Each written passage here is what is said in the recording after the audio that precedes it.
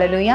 ఈరోజు దేవుడు మీకు ఇచ్చే వాగ్దానం ఏంటంటే ఫిలిప్పీయులు 4:19 దేవుడు సెలవిస్తా ఉన్నాడండి. ఈరోజు నువ్వు దేని కొరకు దేవునికి ప్రీతికరంగా మనం ఉండాలంట అండి. హల్లెలూయా. ఎలా ఉండాలంట?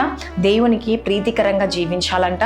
ప్రీతికరంగా కాకుండా ఇష్టముగా కదండి, దేవునికి ఇష్టముగా ఎప్పుడైతే ఉంటావో అప్పుడు దేవుడు తన ఐశ్వర్యము చొప్పున క్రీస్తునందు మహిమలో ప్రతి అవసరము తీర్చెను. హల్లెలూయా.